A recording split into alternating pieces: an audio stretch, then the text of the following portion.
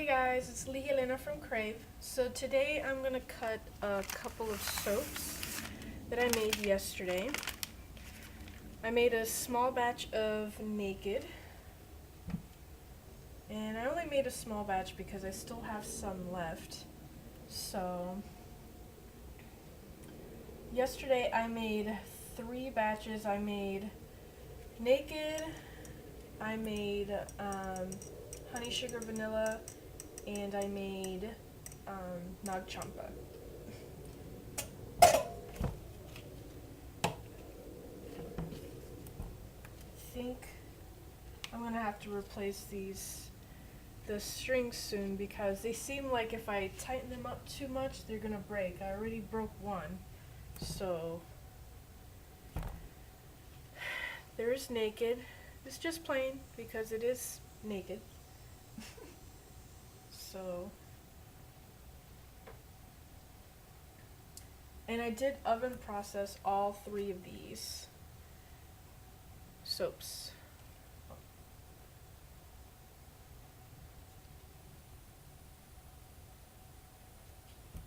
Now I'm using, for the Champa one, well actually for both, the honey sugar vanilla Champa, I'm using different fragrances, and I hope it doesn't affect my customers too much, because the fragrances that I was using, they were good and everything, but I just found the same fragrances for cheaper somewhere else.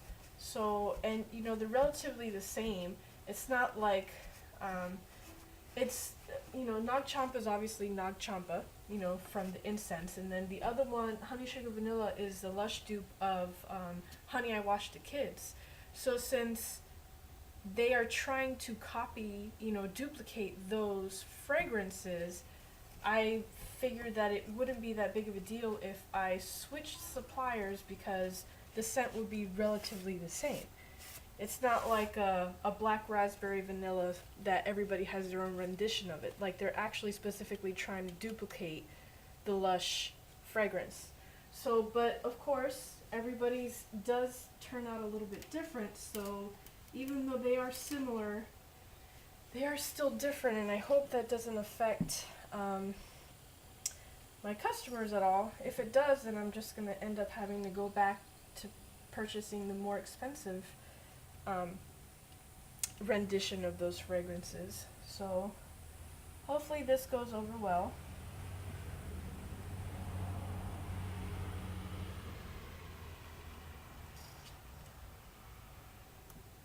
Now this is my first time coloring with cocoa powder, and I actually like it.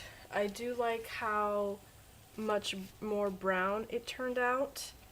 This I put titanium dioxide in, which I do love the contrast, so I think I might leave it like that. I was thinking about just not coloring at all and just letting it be natural, but I like the contrast of it. And I usually use just a little bit of brown oxide to get it to where it's actually lighter than this color. It's just a light tan usually, so, but I like the darkness of it.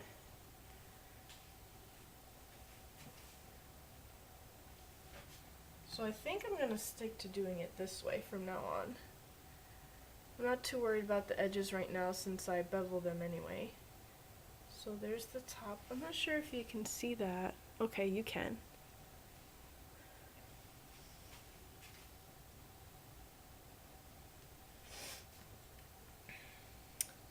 So I don't know if you guys watched my last video on my what's on my curing rack, but I had a whole bunch of honey sugar vanilla, and my best friend bought half, or more than half. She bought 3/4 of the stock that I had left.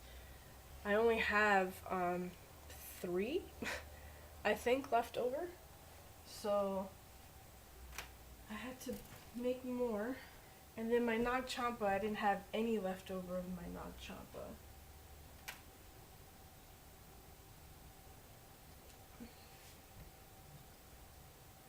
So I didn't have enough fragrance to make it, I had to wait for me to reorder.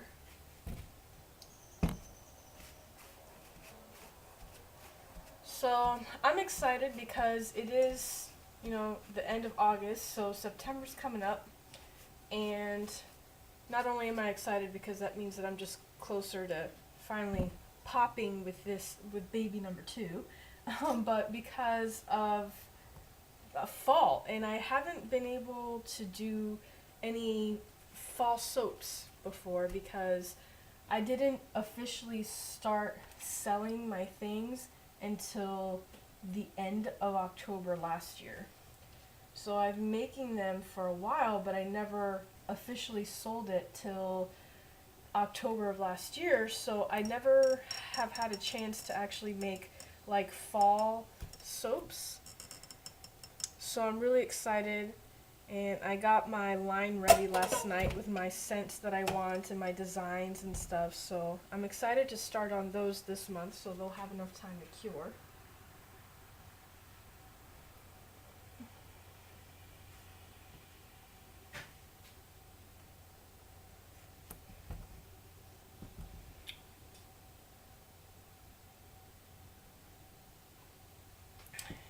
And I know the last video that I posted, I did post links to my Artfire and my blog. But I did want to announce that I finally have my Artfire up. It's been a long time coming, and it's definitely been a hassle since my husband kept saying, when are you gonna have it up? When are you gonna have it up? Why are you wasting so much time? So I finally have it up, and so it's craveartisansoaps.artfire.com if you guys want to go ahead and check it out. And then also I started a blog last week, and it's gonna be geared more towards soaping and making all natural things, but it is also a personal blog too. So don't be surprised if you see stuff that just have to deal with family or whatever like that. But it is mostly intended for bath and beauty. So if you want to check that out too, and that is caribbeancrave.blogspot.com, and I'll post the links below. I just wanted to announce that because I haven't yet, and I finally have those two things, in line, so up and running.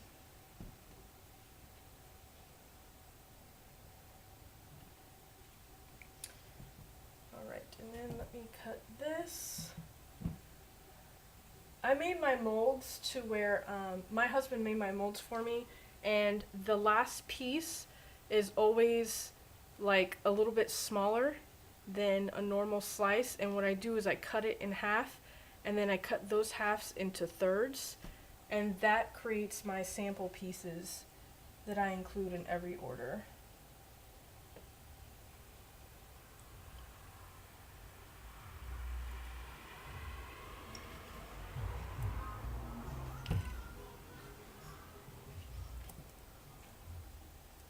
And I never can cut this straight, but for the most part, there you go.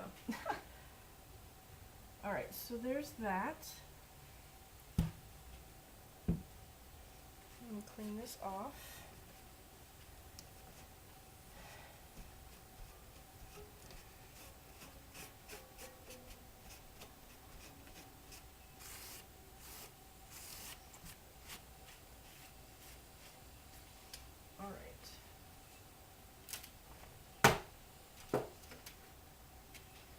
This is my Champa soap.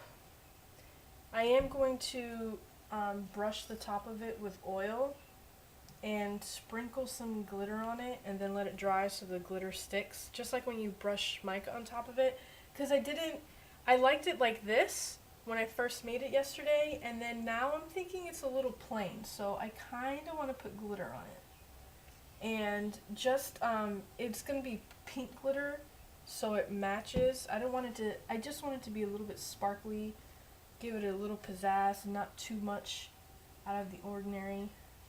Like, not too much contrast with the soap itself. Definitely should have cut these last night. I was supposed to, but I had my seminar for class last night, and then afterwards I completely forgot to do it.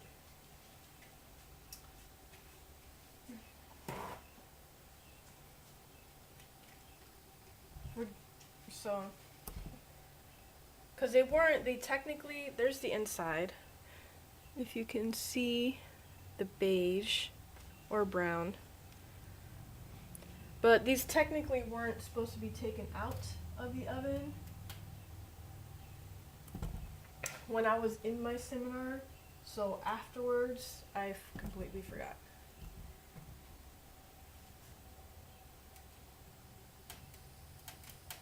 I do soap at a 33% lye concentration, and I also put stearic acid in my recipe, so they do harden up pretty quickly.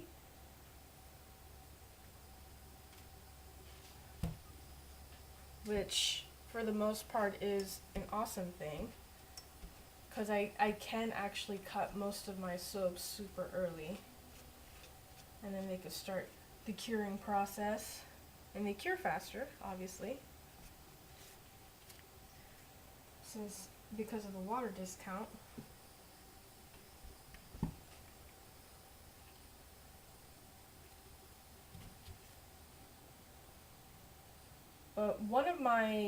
When I made my rosemary temptation, it was so hard. I started making the video and then I ended up having to delete it because I actually couldn't cut it at all. It was so hard. It was brick hard, like as if it had been curing for 2 months. And I guess the rosemary essential oil just made it accelerate the curing.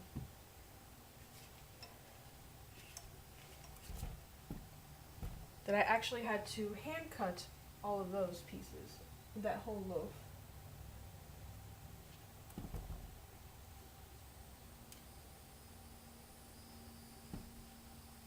I really like how it turned out. I do have a little bit of blue bits in there, as you see.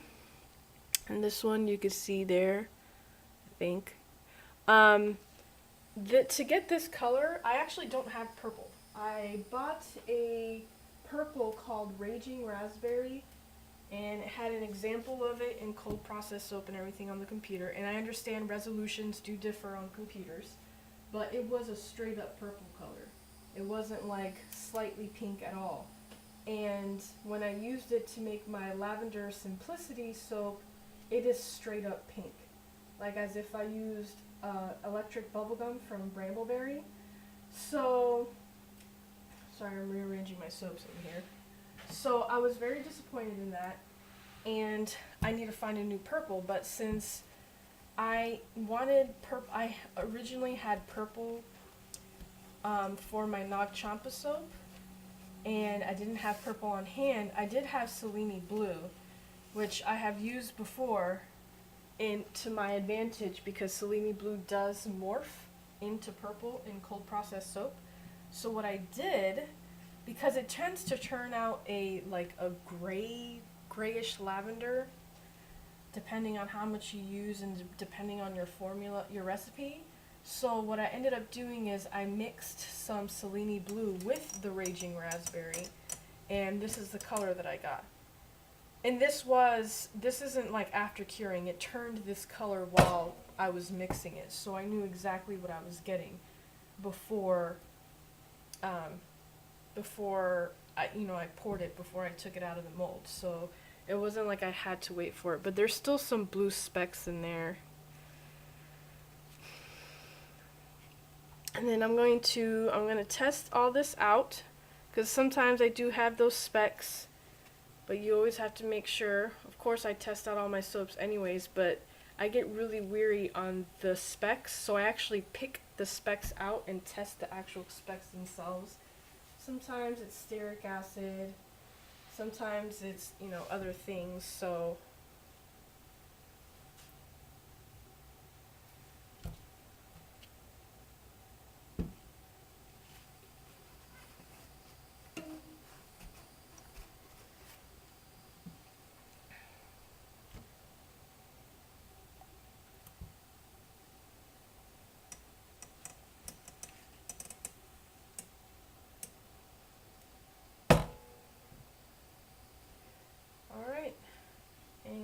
that is it.